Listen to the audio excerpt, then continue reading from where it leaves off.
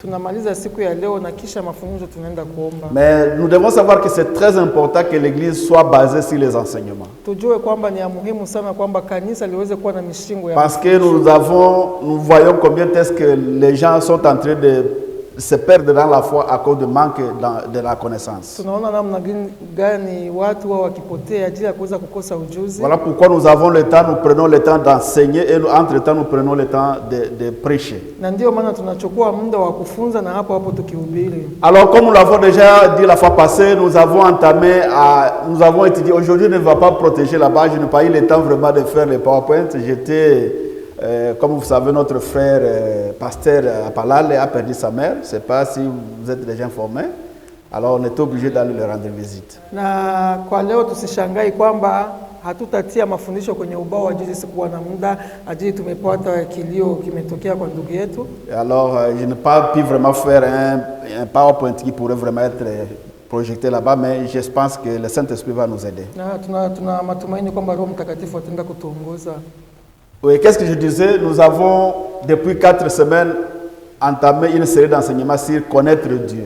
Tuko na wiki karibu 4 tunatia mafundisho ya namna gani tuweze kumjua Mungu. Et nous avons dit que nous pouvons connaître Dieu de trois façons que Dieu lui-même s'est révélé à nous. Tulifundisha kwamba kuna aina 3 ya kuweza kumtambua Mungu kulingana na yale Mungu alitufungulia. Dieu s'est révélé à nous par la création qu'il a lui-même faite. Mungu alijifunua kwetu kupitia uumbaji wenyewe. Et Dieu s'est révélé à nous aussi à travers son intervention dans la vie des humains. Mungu alijifungua kwetu kupitia binadamu Et aliweza. nous avons passé en revue comment est-ce que Dieu a travaillé avec Israël jusqu'à ce que il s'est révélé à Israël par ses différents noms. Na tukaona namna gani Mungu aliweza kujifunua kwa taifa la Israeli iweze kuwa mfano kwetu. Et aujourd'hui, je voudrais qu'on puisse terminer. Je vais prendre vraiment quelques minutes. Je ne vais pas être vraiment très long. Nous allons continuer de connaître Dieu à travers Jésus-Christ. Tunaenda kuchukua muda mdogo ili tukaweze kujifunza namna gani. Et je voudrais aussi prendre le temps d'insister sur la divinité de Jésus-Christ. Tunaenda kukaza ajili ya utukufu wa Yesu. Et l'objectif de cette leçon, c'est vraiment pour que nous puissions avoir la connaissance qu'il nous faut lorsque nous parlons sur Dieu et lorsque nous parlons sur Jésus-Christ. Lengo la mafundisho hii tuweze kuwa na ujuzi tunapoongea ajili ya Mungu na tunapoongea ajili ya Yesu Kristo. Alléluia. Alors laissez-moi lire rapidement ce verset, notre verset de base qui est en Jean chapitre 17. C'était Jean 17. Yohani 17. Verset, je vais commencer jusqu'à son verset 1 pour bien comprendre. Kuanzia sura ya kwanza hadi mstari wa 3. Mstari wa kwanza hadi mstari wa 3. Nous lisons Jean 17, 1 à 3. Yohani 17 mstari wa kwanza hadi 3. La Bible dit ceci. Après avoir ainsi parlé, Jésus leva les yeux au ciel et dit: Père, l'heure est venue, glorifie ton Fils, afin que ton Fils te glorifie, selon que tu lui as donné pouvoir sur toute la chair, afin qu'il accorde la vie éternelle à tous ceux que lui a donné. Or, la vie éternelle, c'est qu'ils te connaissent, toi, le seul vrai Dieu, et celui que tu as envoyé, Jésus-Christ. Amen. Amen. Donc ici, Jésus-Christ est en train de nous dire que pour avoir la vie éternelle, nous devons connaître le vrai Dieu et connaître celui que le vrai Dieu a envoyé sur la terre.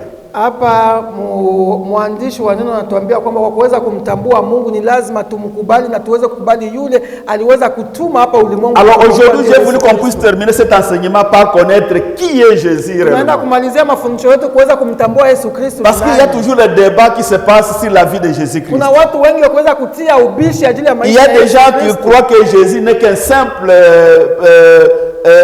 envoyé de Dieu qui est comme les autres envoyés de Dieu dans la vie humaine. Kuna watu wanajua kwamba tu Yesu Kristo ni mtu wa kawaida aliweza kutuma hapa ulimwengu. Il y a d'autres qui considèrent Jésus-Christ en tant que fils de Dieu seulement. Na wengine wanamtambua kwamba yeye ni mwana wa Mungu. Mais il y a de ceux aussi qui croient que Jésus est Dieu, mais il y a toujours des débats sur ce sujet-là. Na kuna wengine wanatambua kwamba Yesu Kristo ni Mungu lakini wakifanya ubishi mwingi. Voilà pourquoi aujourd'hui à travers cette leçon nous allons comprendre qui est réellement Jésus. Na ndio maana kupitia mafundisho ya leo tunaenda kutambua Yesu Kristo. Que nous puissions être en mesure de défendre ce que nous croyons en tant que Jésus. Nasi tuweze kuwa tayari kuweza kumshuhudia Yesu Kristo ni nani. Alléluia. Amen. Alléluia. Amen. Vous savez, depuis longtemps, laissez-moi prendre un petit moment pour parler de l'histoire de l'humanité. Acha niweze kuchukua muda mdogo ili tukaweze kuhadisia uumbaji Depuis wa Genèse chapitre 3, l'homme que Dieu avait créé a perdu a perdu la présence de Dieu dans sa vie en tant que l'homme qui était aimé par Dieu. Katika kitabu cha Mwanzo tunaposoma vizuri tunaona namna gani mtu mwenye aliumbwa na Mungu aliweza kupoteza thamani yake mbele ya Mungu. L'homme s'est rebellé contre Dieu. Na huyo mwanadamu aliweza kuhasi mbele ya Mungu. Et depuis lors, l'humanité est devenue de plus en plus loin de son créateur. Na kupitia hapo sisi waumbaji viumbe vya Mungu tunaenda kuwa mbali na Mungu. Juste après la défaite, la chute de l'homme, nous voyons Caïn qui tue son frère. Na tulipoona uhasi wa mwanadamu kuanzia hapo tukaona viumbe vya Mungu, Kaini aliweza kumuua ndugu yake. Et puis après nous voyons encore, il y a les fils de Dieu qui étaient sur la terre, qui ont commencé à faire des débauches, de se marier avec les filles humaines. Na tukaweza kuona hapo, kupitia hapo tukaweza kuona jinsi wanadamu wanaendelea kuasi. Le péché est devenu, watu wanaanza kuoana, watu mwanaume kwa wanaume wengine wanaoana na vida. Le péché est devenu une vie normale pour les humains. Zambi ikakuwa kama vile ni kawaida kwetu sisi wanadamu. Jusqu'à ce que Dieu s'est condamné même de dire pourquoi il a créé l'homme. Alafu Mungu ikamfikia Mungu hata kujuta kwa nini aliweza. Il est arrivé à un certain moment que Dieu a décidé à mettre fin à toute l'humanité. Ikamfikia Mungu mahali Mungu aliweza kukasirika na kusema basi aweze kumaliza ulimwengu wote. Et Dieu a envoyé le déluge que nous connaissons très bien. Tout le monde qui était vivant à cette époque est mort. Mungu akatuma adhabu mbalimbali kwa hiyo wakati hata viumbe vyote tukaweza kutikitia. Sauf il a sauvé seulement 8 personnes. Akaweza kuokoa maisha ya watu 8. Ça c'était Noé et sa femme et ses 3 enfants et leur femme. Ilikuwa ni familia ya Noa. Et c'est à partir des enfants de Noé que les nations que nous avons aujourd'hui ont pris encore les racines. Na ni kupitia familia wana wa Noa ndio tunapata vizazi venye tuko navyo. Et le monde a été encore rempli de nations et du peuple. Na kupitia hapo basi ulimwengu kaendelea kujaa watu. Mais juste à peine remplir le monde, il y avait encore des rébellions dans le monde. Na kisha tuna Mungu kwa hiyo tunakujaza ulimwengu tena watu tukaendelea kumuhasi. Les hommes se sont réunis, comme ils parlent la même langue, se sont réunis, ils ont décidé de faire une tour qui va aller au ciel pour qu'ils puissent faire leur nom. Na wakati huo watu tukaendelea kumuhasi Mungu hadi tukaweza kuchukua nafasi ya kusema tuweze kujiunga ajili wakati huo tulikuwa tukiongea lugha moja wakataka tena kumuhasi Mungu. Ils se sont décidés de ne pas encore s'éparpiller dans le monde, oubliant que les créateurs les a dit que vous devez multiplier et remplir le monde. C'était l'ordre de Dieu. Le Seigneur, lorsqu'il a créé l'homme, il a dit à l'homme de se multiplier et de remplir la terre. Wakati Mungu aliweza kuumba mwanadamu, alimbariki mwanadamu akasema nenda ukaijaze ulimwengu. Mais lorsque le peuple est devenu nombreux et comme ils parlaient le même langage, ils ont décidé maintenant de construire le milieu qu'ils puissent rester là-bas.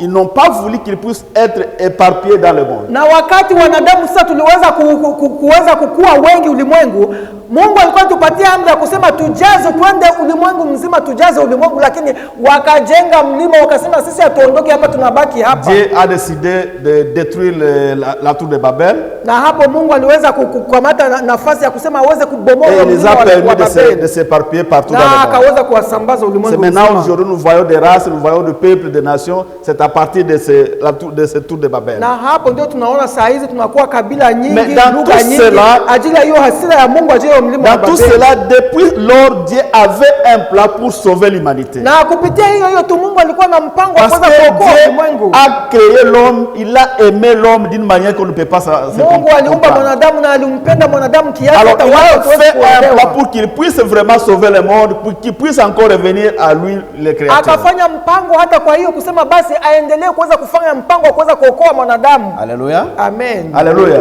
Est-ce qu'on est ensemble?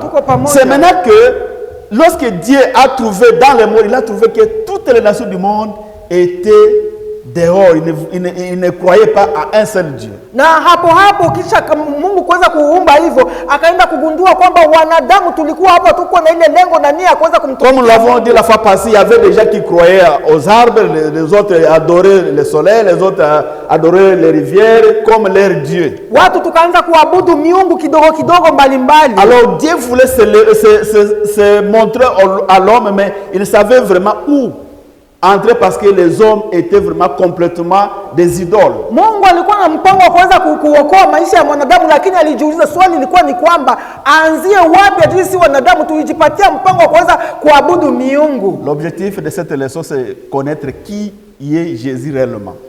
Lengo la mafunzo yani kuweza tuweze kumjua Mungu. Alors pour comprendre qui est Jésus réellement, nous devons avoir cette historique de la vie humaine pour que nous puissions comprendre. Kwa kuweza kutambua ukuu wa Mungu wa Yesu Kristo ni lazima tuweze kupitia hadithi ya maisha ya Yesu Kristo. Dieu a trouvé bon de créer une propre nation à travers laquelle l'œuvre de la repentance, de la rédemption doit venir, doit intervenir, doit être exécutée. Mungu akajipatia mpango wa kusema aweze kujichagulia taifa, kupitia taifa hilo aweze kupitia wokovu. C'est maintenant qu'il prend maintenant Abraham dans sa nation, dans sa tribu et dans son peuple et le retire pour à travers Abraham qu'il puisse faire une tribu. Alafu Mungu akaamuru kuweza kumchukua Ibrahimu, kumtoa katika kabila lake ili akaweza kumweka kumpanda katika ile teule kabila teule. Et il a promis à Abraham que Abraham sera une bénédiction pour toutes les familles de la terre. Akamwahidi Abrahamu kwamba yeye atakuwa ni baba wa baraka kwa mataifa yote. C'est-à-dire la promesse d'Abraham ce n'était pas pour la vie charnelle mais c'était une promesse spirituelle. Ahadi la Ibrahimu haikuwa ahadi la mwili lakini ilikuwa ni ahadi la kiroho. C'est maintenant à travers Abraham il donna Isaac. Après Isaac, Dieu a créé une nation qui lui-même a donné le nom d'Israël. Na hapo ndio Mungu akaweza kumbariki Ibrahimu na vizazi mbalimbali na kupitia hivyo vizazi vya ubaraka ya Ibrahimu ndio kuliweza kutoka nous avons vu comment Dieu a pris le peuple d'Israël comme son peuple pour que son nom puisse être reconnu dans le monde et que les plans qu'il avait pour le monde puissent aussi avoir les lieux de s'exécuter. Na hapo ndio tuliweza kuona kupitia baraka Mungu anaweza kubariki taifa la Israeli, aliweza kubariki vizazi mbalimbali na kupitia hapo ndio tuliweza kupata wokovu wa Masia. Alléluia. Amen. Mais cette alliance que Dieu a faite avec Israël, c'était une alliance charnelle. Lakini hiyo agano Mungu aliweza kufanya na taifa la Israeli ilikuwa ni agano la mwili. Et Dieu avait donné la loi aux enfants, à son peuple pour qu'ils puissent vraiment croire et suivre selon ses instructions. Mais le peuple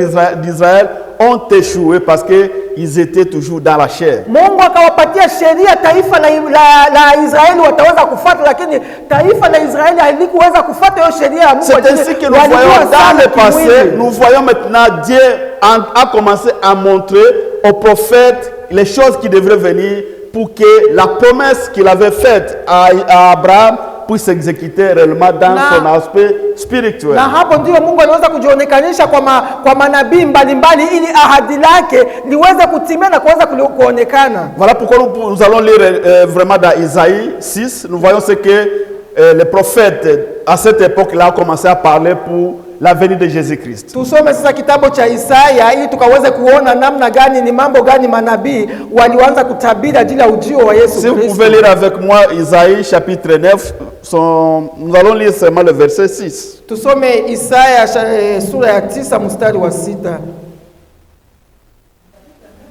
Chapitre 9 verset 6. Isaya sura ya 9 mstari wa 6. Oui.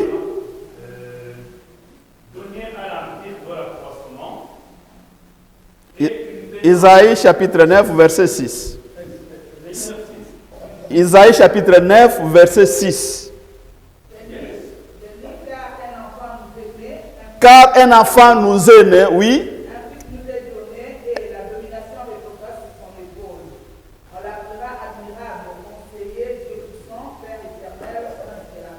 Amen. Amen. Alléluia. Amen. Ici, nous voyons déjà Isaïe qui est en train de prophétiser sur l'arrivée de Jésus-Christ. Tunaona Isaya akitabiri ajili ya ujio wa Yesu Kristo. Mais il y a quelque chose que nous devons retenir ici. Kuna jambo la muhimu Isaïe dit ceci: car un enfant nous est né, kuna mtoto aliyetuzaliwa, mais un fils nous est donné. lakini kijana aliweza kutupewa. Alléluia. Amen. Il parle d'un enfant qui est né, Mtoto alizaliwa, mais il nous parle aussi d'un fils qui est donné. lakini ni kijana aliyeweza kutupewa Et kama lorsqu'il zawadi. descend, Isaïe commence maintenant à donner les noms et les fonctions de cet enfant-là. Na wakati aliweza kuteremka, alafu Isaya akaanza kumpatia hata na jina Ce ya qu'Isaïe mtoto nous huo. dit ici, Anatuambia nini il nous Isaya? dit que cet enfant-là sera appelé admirable. Anatuambia kwamba huyo mtoto atakuwa ni mtoto ataitwa kwamba Il mteule, sera conseiller. atakuwa mshauri, Il sera le Dieu Tout-Puissant. atakuwa ni Mungu mwenye nguvu, Il sera le Père éternel. atakuwa ni Mungu wa Et il sera aussi milele, appelé Prince de la paix. ataitwa mfalme wa amani. Alléluia. Amen. Alléluia.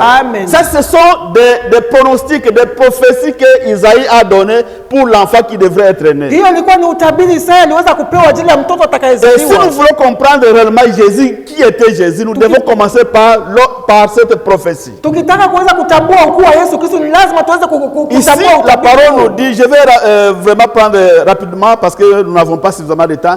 La parole nous dit qu'un enfant nous est né. Neno la Mungu linatuambia kwamba kuna mwana aliweza Et kutuzaliwa. quel est cet enfant qui nous a été né? Nani huyo mtoto aliweza kuzaliwa Quand vous kwetu? lisez dans Jean chapitre 1 verset 14, Tunaposoma Yohani wa vous allez kwanza sura ya comprendre 14 que la mstari Bible wa nous dit 14. que la parole a été faite chair. Neno la Mungu liweza kujifanya mtu. Alors, cette parole qui a été faite chair, Hiyo neno c'est lilijifanya cet mtu. enfant-là qui devrait être Ndio né. huyo mwana Et c'est cet enfant qu'on aliyepaswa a donné le nom de Jésus-Christ. na ndio huyo mwana aliweza kupewa jina la Yesu Kristo. Alléluia. Amen. Mais il y a un fils qui a été donné. Lakini kuna mwana aliyeweza kutupewa. Le fils n'a jamais été né, Huyo mwana hakuweza mais le kuzaliwa. fils a été donné au Lakini monde. alitupewa ulimwengu. Et quel est le fils qui a été donné? Ni mwana gani huyo? C'est là qui se trouve le problème. Na hapo ndio kuna shida. Alléluia. Amen.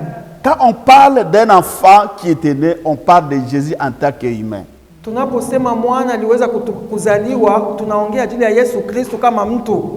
L'enfant que Marie avait donné, cette Vierge Marie qui avait donné, c'était l'enfant qu'on appelait Jésus. Huyo mtoto aliweza kuzaliwa na Maria, ndio yule mtoto aliitwa Yesu. Mais le fils qui a été donné, c'est le Christ qui était dans cet enfant-là. Huyo mtoto aliweza kupewa, ndio Kristo alikuwa ndani ya Parce mtoto que huyo. le Christ n'a jamais été né. Ajili ya Kristo hakuweza Parce que le kuzaliwa. Christ était déjà avant même que l'enfant soit Huyo né. Kristo alikuwa hata kabla huyo Le mtoto Christ azaliwe. était même pendant l'Ancien Testament. Huyo Kristo alikuwa hata wakati wa agano la C'est kale. pourquoi le fils ne devrait pas être Na né. ndio maana huyo mtoto Quand hakuweza nous lisons kuzaliwa. rapidement dans 1 Corinthiens 10, voyons rapidement pour avoir ce que je suis en train de dire. Pour Tunaposema confirmer. Wakorintho wa kwanza Quand nous sura ya lisons 10, Corinthiens 1, chapitre 10, versets 1 à 4, tunaposoma Wakorintho wa nous kwanza allons sura ya comprendre 10 que mstari wa le kwanza Christ hadi qui a été donné existait déjà dans l'Ancien Testament. tutaelewa kwamba huyo Kristo aliweza kutupewa, alikuwa Hallelujah. kabla kitambo hata ulimwengu haujaumbiwa. Quelqu'un nous lit rapidement, nous n'avons pas assez de Aliyekuwa temps. tayari atusomea juu, hatuna muda. Alors je fais moi-même si vous prenez Tunasoma beaucoup peke de yako. temps. Okay.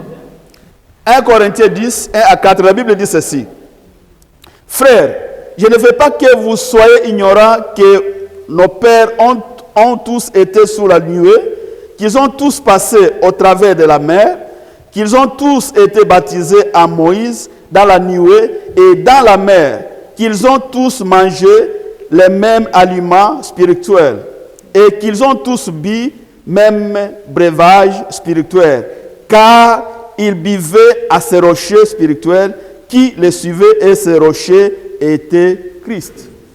Amen. Amen. Amen. Nous comprenons l'histoire d'Israël que nous avons passée en revue, Tunaelewa hadithi la wana wa Israeli. que même les rochers où les Israéliens ont eu de l'eau pour boire, ces rochers-là étaient Christ qui était déjà là. Hata katika milima chemchemu wana wa Israeli walipata maji ya kunywa. Voilà pourquoi Chemchemu Isaïe ilikuwa- est en train de dire à l'humanité qu'il y a un enfant qui sera né. na ndio maana Isaya anautabiria Mais il y a aussi watu un kusema fils kwamba qui est mtoto donné. alizaliwa na kuna mtoto aliweza Et kupewa. ce fils-là, Na huyo il a kijana été donné parce qu'il existait déjà aliweza devant. kupewa kwa watu ajili yeye alikuwa kabla hata ulimwengu haujaumbwa. Alléluia. Amen. Et maintenant, il nous donne maintenant les attributions de cet enfant ou de ce fils, parce que le fils devait être dans l'enfant Jésus. Na hapo anatupatia kazi ya huyo kijana nazaliwa, atafanya kazi gani? Ajili hiyo kazi ilikuwa ndani mwake hata kabla huyo mtoto hajazaliwa. Jésus, c'est la partie de la chair qui a été née. Yesu Kristo ni mmoja wa viungo aliweza Et cette kuzaliwa. partie de la chair qui était née, c'était la parole de Dieu qui s'est fait chair. Na hicho kiungo cha mtoto aliweza kuzaliwa ni neno la Mungu liweza kujifanya Mais mtu. pour que cette partie de la chair qui était née puisse avoir exécuté la mission que Dieu lui a donnée, il a fallu que Christ soit en cet être. Kwa kusema hicho kiungo cha mwili kiliweza kupata mwili kikaweza kutimiza kazi yake, Et- ili kibidi hicho kiweze Et kupata pour mwili kikaweza comprendre kutimiza maintenant, nous kazi allons yake. comprendre peut-être à la fin qu'est-ce que signifie Christ. Tutaenda kuelewa kabla Pour que nous puissions Kristo comprendre, anamaanisha lorsque nous nini. parlons de Jésus-Christ, qu'est-ce que cela veut dire. Na tutaenda kuelewa Mais tunapoongea il y a juu ya Yesu quelque Kristo chose qui est très anamaanisha nini. intéressant ici lorsque Isaïe est en train de nous dire ce qui va se passer. Kuna jambo la muhimu hapa wakati mtume Isaya huwa akiweza kutunenea Il nous yale dit que yatatimika. cet enfant sera appelé admirable. Anasema kwamba huyo mtoto ataweza kuitwa mteuliwa. Quand Isaïe parle d'admirable, il se réfère à la chair qui sera née. Anaposema mteule anamaanisha hiyo Parce que mwili lorsque utaenda Jésus a kuzaliwa. été né, il a été admirable, il a grandi dans la sagesse et dans l'âge, et les gens ont admiré qu'il était un enfant qui était très sage. Ajili wakati Yesu Kristo alizaliwa watu wote waliweza kumpenda, kuweza kumfurahia, kusema kwamba ni mteuliwa. Ajili Mais il continue alikuwa à na dire, hekima. cet enfant sera aussi appelé conseiller. Na anaendelea kuongea kwamba huyo mtoto anazaliwa atakuwa ni Et mshauri. quand nous lisons dans le Nouveau Testament ou la Nouvelle Alliance, les conseillers, c'est le Saint-Esprit. Tunaposoma katika Hallelujah. agano la jipya, Jésus- tunaona kwamba mshauri wetu ni Roho Mtakatifu. Jésus n'a jamais se révélé comme un conseiller. Yesu Kristo hayawahi Celui kujifunua qui kama qui mshauri. est considéré comme conseiller dans la Nouvelle Alliance, c'est le Saint-Esprit. Aliyekuwa mshauri katika agano jipya ni Roho Mtakatifu. Alléluia. Amen. Et il dit que cet enfant sera aussi appelé Dieu puissant. Na anasema kwamba mtoto huyo anayezaliwa Hallelujah. ataenda kuitwa Mungu mwenye Et quand nous nguvu. faisons un peu marche en arrière, quand nous parlons de Dieu puissant, Tunapopiga macho tena nyuma, tunapoongea ajili ya Mungu là nous mwenye parlons nguvu, de El Shaddai. hapo tunaongea ajili ya El Shaddai. Alléluia.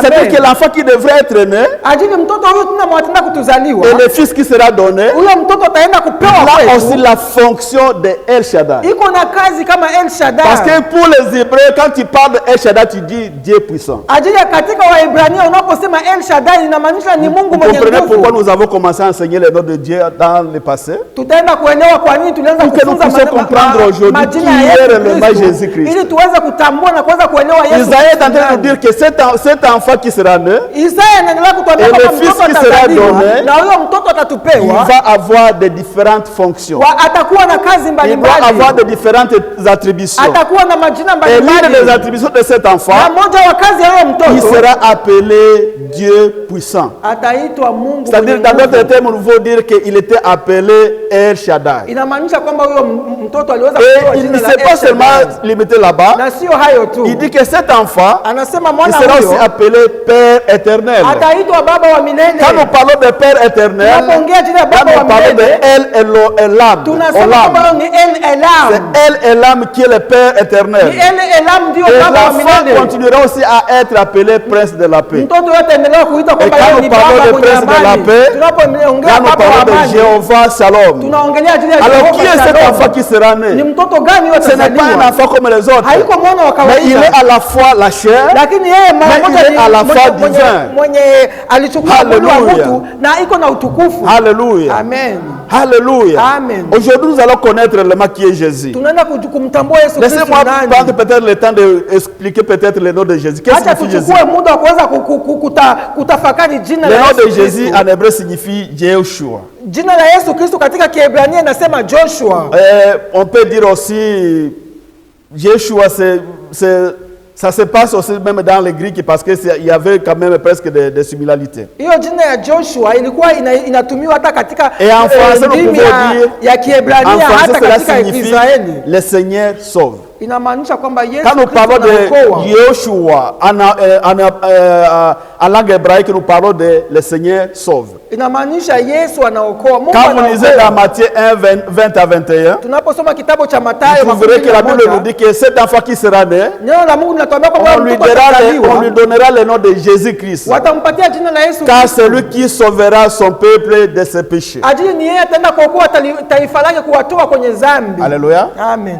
Alléluia. Amen. Donc Jésus, quand vous parlez de Jésus-Christ, Tunaposema ajili ya vous Yesu parlez de Kristo, celui qui va sauver les péchés de ses frères. tunaenda kuongelea ajili ya Vous yule parlez de atakayeokoa celui qui dhambi va za sauver watu wake. les péchés de son peuple. Ataenda kuokoa watu contre ce que l'ennemi les a enfermés dans la chair. kuwatoa katika matakwa ya mwovu Mais quand nous shetani. parlons de Christ, Lakini tunapoongea juu ya Kristo, Christ on peut appeler aussi Messie, c'est la même chose. Christ au Messie, tunapomwita c'est la même Kristo chose. tunaweza kumuita kwamba ni Mesia. Quand nous parlons de Messie au Christ, c'est la même chose. En Tunaposema français ou Mesia en wala anglais. Kristo inamaanisha neno Mais moja.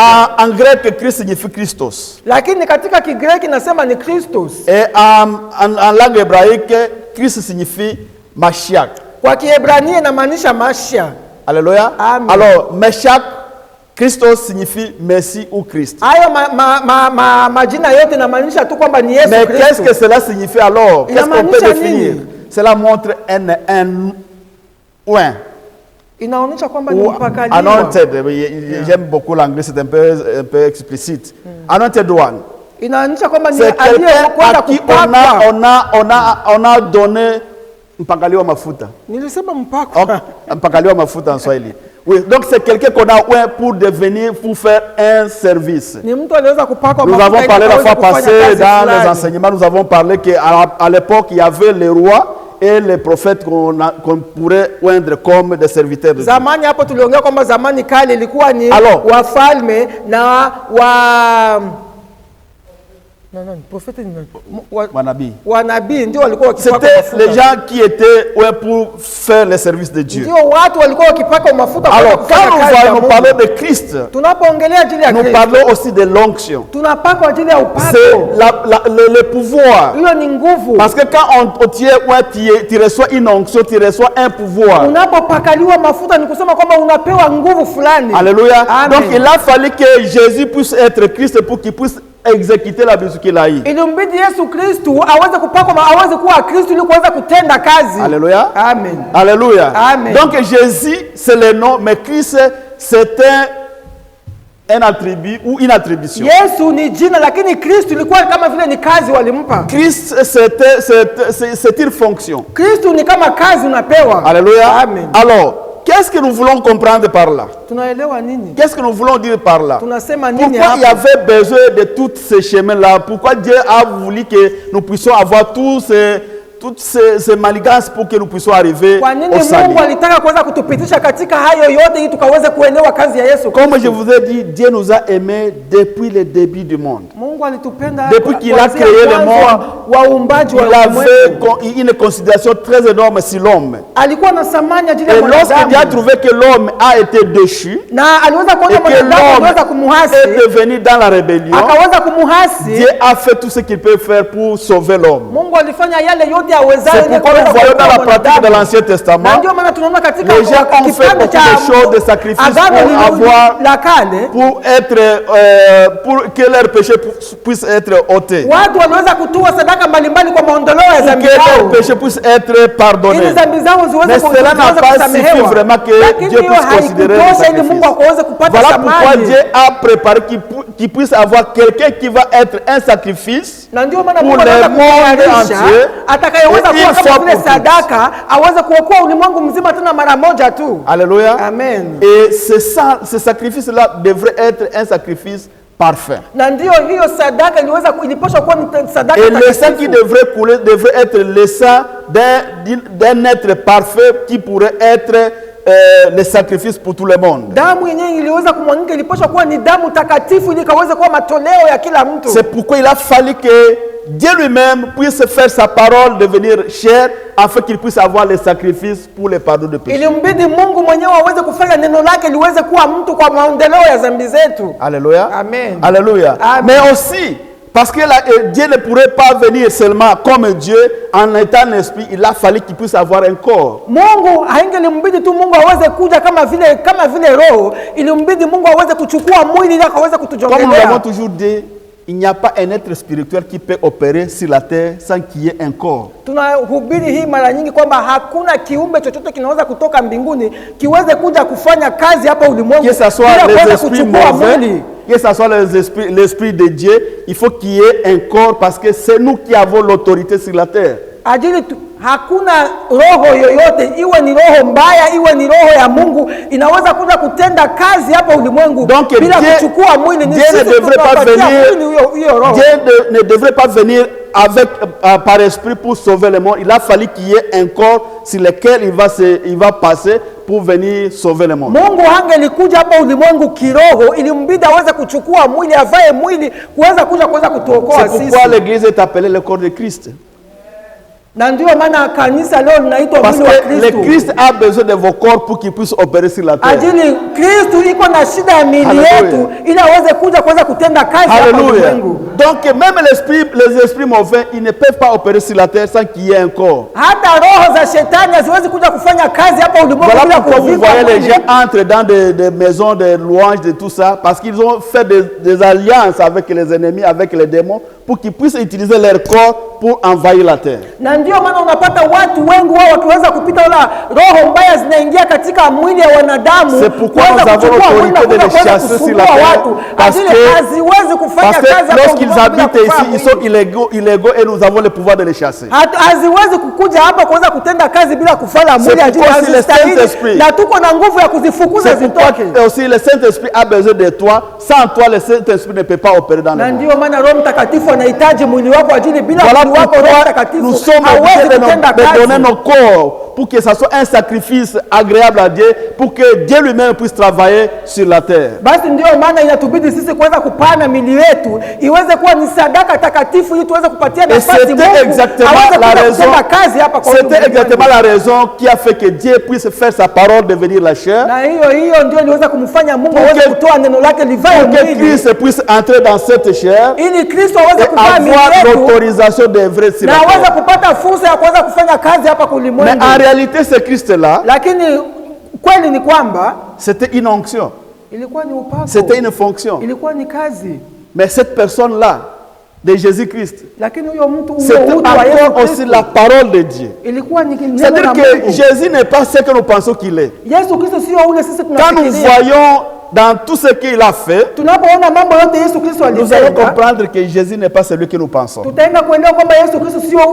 exemple, quand nous voyons les Écritures, quand vous lisez dans Jean 8, 58, quelqu'un peut lire rapidement la possible. Jean 8, 58. Oui. Je vais prendre un peu, permettez-moi d'utiliser vos 10 minutes parce que le temps n'a pas été vraiment réparti. J'essaie d'aller rapidement, mais ça ne tient pas. Je vais prendre seulement 10 minutes et nous allons terminer. Quelqu'un nous lit rapidement dans Jean 8 pour que nous puissions comprendre qui est Jésus. Oui. Jésus leur dit en vérité, je vous le dis, avant qu'Abraham fît Jésus. Ah, avant qu'Abraham fît, tu y étais. Mais c'est ça. Qu'est-ce qu'ils ont fait alors?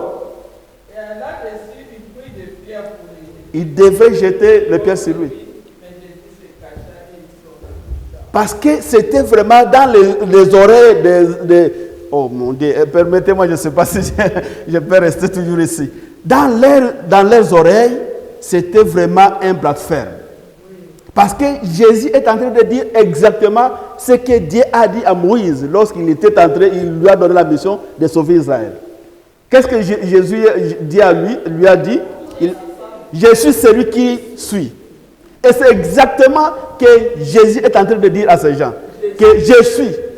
Ah, Jésus c'est toi. Alors il faudrait le lapider. Vous comprenez qui est Jésus là-bas? Alléluia. Donc Jésus n'est pas celui que vous croyez il est.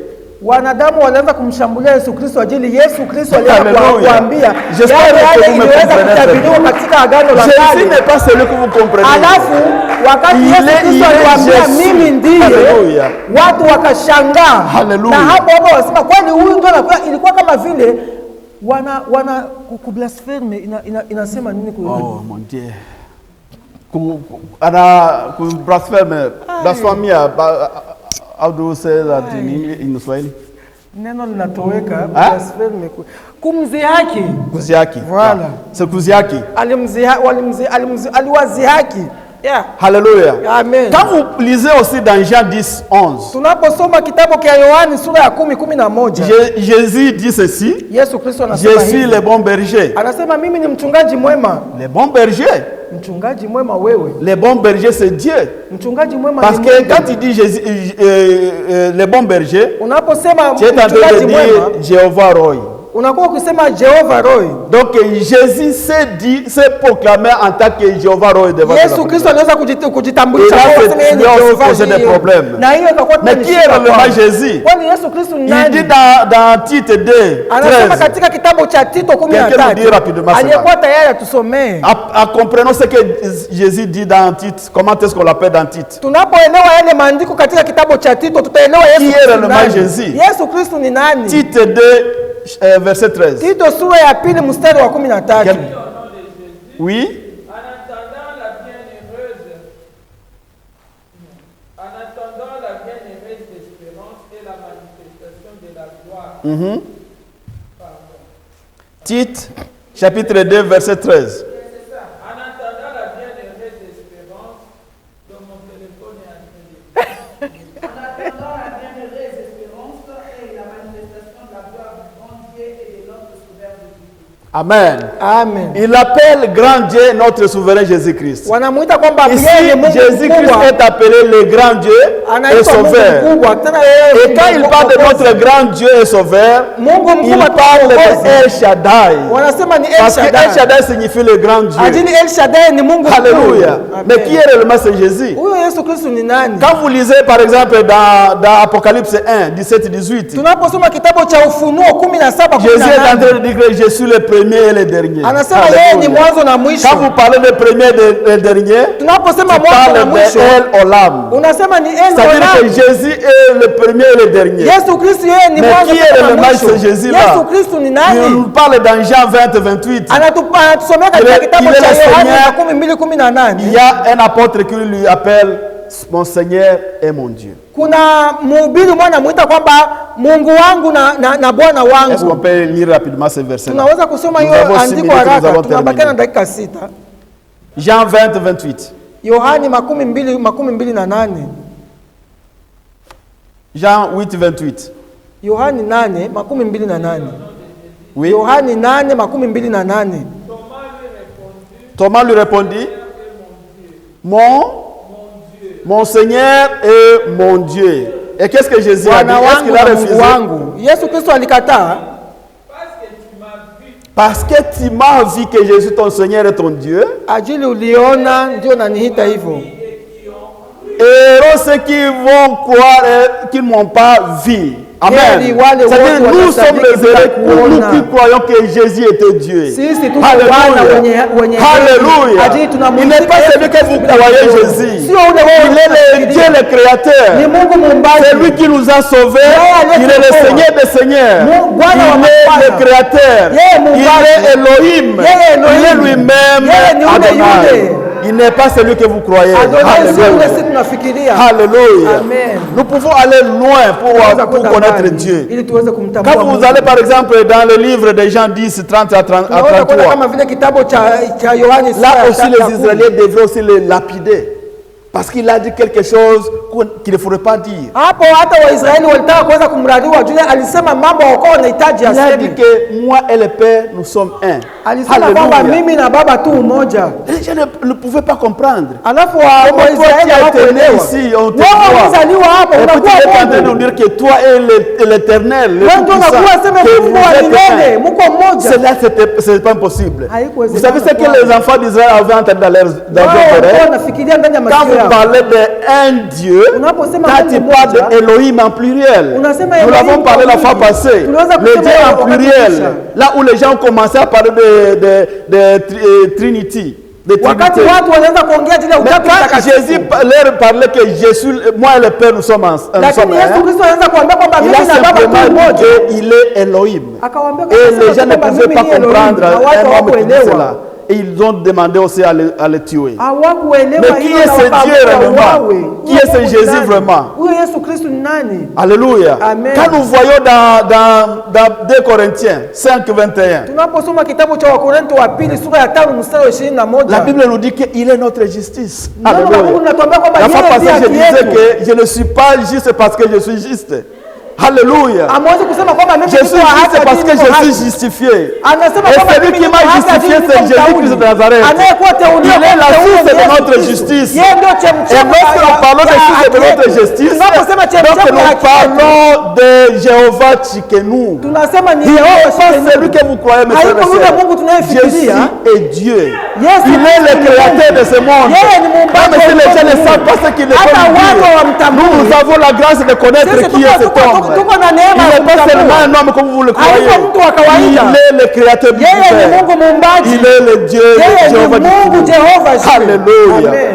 Alléluia. Amen. Qu'est-ce que nous allons dire, mes frères et sœurs? Tuseme nini Nous tena? croyons à un Dieu puissant. Tunasadiki Nous Mungu croyons à un Dieu aliyekuwa le na créateur. nguvu. Mungu muumbaji. Il est celui qui nous a créés. Ni Mungu Il est aliyetuumba. celui qui a créé le monde Ni et Mungu l'univers. aliyeumba Et ulimwengu il est na lui-même ardhi. qui va encore revenir. Na ni yule yule Mais atarudi. il est Dieu qui a trouvé, il fonctionne dans différentes Ni Mungu aliweza fonctions. kupata kazi Et les gens mbalimbali. confondent toujours Na lorsqu'ils watu s'appellent wanakuwa wakichanganyikiwa ajili ya kazi ya Seigneur, et vous Mungu. pensez qu'il est celui-là. Mais il Wanafikiria est kama lui-même le watu Saint-Esprit. wanafikiria ni huyo. Même le Saint-Esprit que nous parlons ici, Hata Roho il Mtakatifu est lui-même tunaye le leo. même Dieu. Ni yule Parce yule qu'il Mungu. est le Dieu qui fait des choses dans différentes Ni yule fonctions. yule anafanya kazi Mais il est le mbalimbali. seul le créateur. Lakini ni yule yule Parce que Mungu nous n'avons muumbaji. qu'un seul Dieu dans ce Tuko na monde. Mungu Nous mmoja ne tu. croyons pas à plusieurs dieux. Nous Hatusadiki croyons à Mungu un mwingi. Dieu, mais Tunasadiki qui Mungu fonctionne mmoja, de différentes lakini kuna manières. kazi Il mbalimbali. fonctionne comme Jésus-Christ, Iko na kazi il fonctionne comme le Saint-Esprit, anatumika kama il Yesu fonctionne Kristo. comme le Père, le Anatumika Créateur. kama Baba, Mais il est le seul Dieu. anatumika kama Roho Que Mtakatifu, Dieu vous lakini bénisse Mungu abondamment. mmoja. Hikata barashita.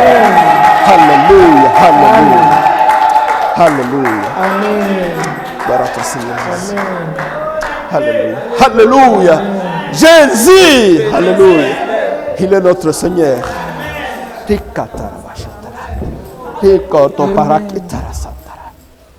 Merci Seigneur. Alléluia. Alléluia. Alléluia. Dieu est bon. Amen. Les tels enseignements, c'est Amen. une grâce. La Bible nous dit, vous connaîtrez la vérité. Oui, ton peuple périt par manque de connaissance. Mais toi et moi, nous avons eu la grâce d'avoir cette connaissance. Amen. Si l'Église nous a franchis, nous devenons réellement libres. Oui, et les Saint-Esprit produisent dans notre cœur des fruits de ton esprit. Et que la parole que nous venons d'écouter ce matin produise encore des fruits en nous.